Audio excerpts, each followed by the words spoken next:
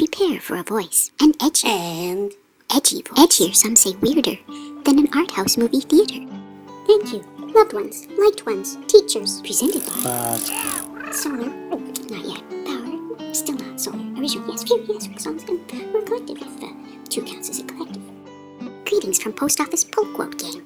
Rule 1, 4 quotes are sent on a postcard. Rule 2, recipient tries to ID the oft-told tale. Do you picture yourself as recipient of rose-themed postcard? Come on, picture it. On the postcard, you read 4 quotes.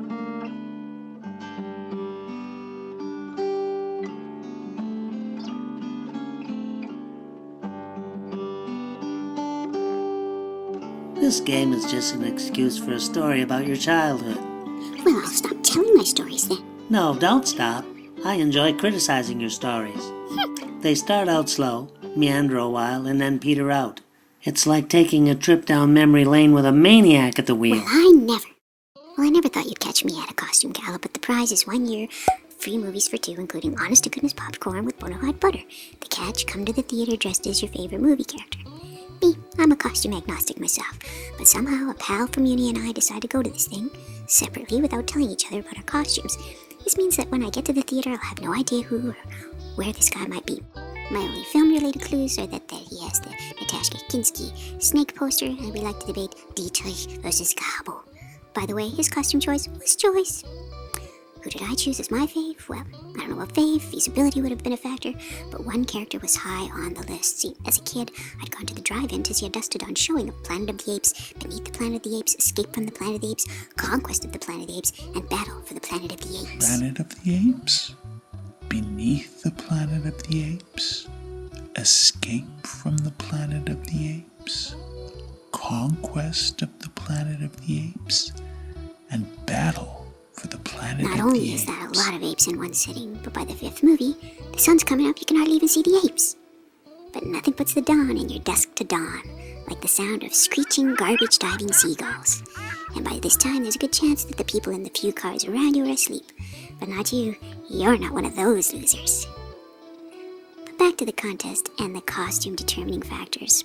In my childhood room around the time of the Ape movie marathon, on the wall at the end of my bed, hung an image of a huge simian face. It was 9 square feet of Cornelian splendor. Thanks, Mom and Dad, for Cornelius's colossal face. Plus, even in the 80s, you could buy a makeup kit, Cornelius prosthetic glue included, on a student's salary. All of this leads me to arrive at Edmonton's Princess Theatre. Now, when I say arrive, I mean make an entrance as Cornelius in a suit, a la Escape from the Planet of the Apes. Now, if you remember the movie, you know that Cornelius ends up in 1970s Beverly Hills, where scientists hook him up with some swanky threads.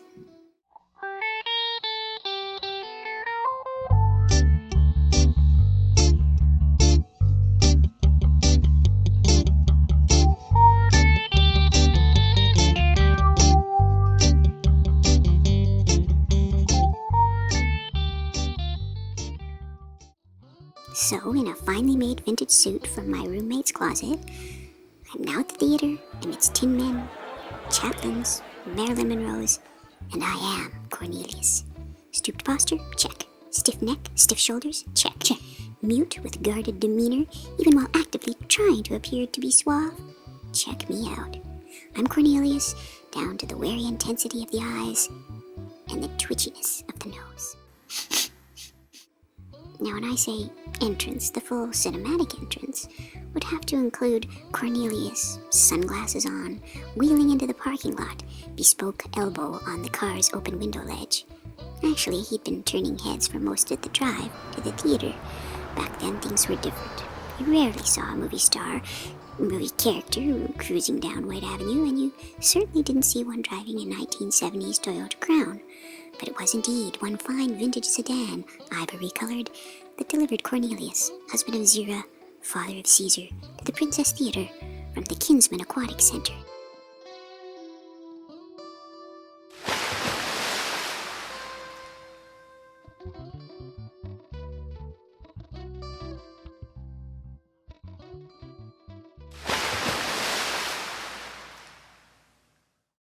Now, when I say Kinsman Aquatic Center, I mean the Kinsman Aquatic Center. My roommate, a lifeguard, had run out of time doing an award award-winning hair and makeup job on me in our kitchen. So it was decided that we'd go to his workplace.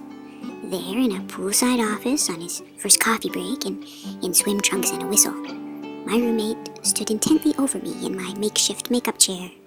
What finishing touches could have been so crucial? Was the prosthetics glue not holding? Was it a problem with my coif?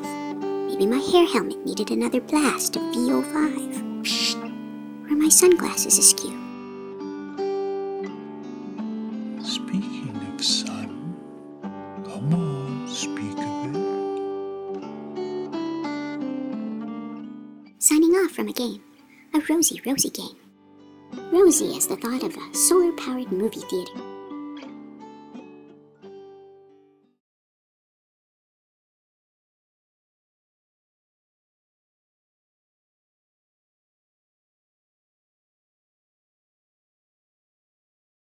Ay,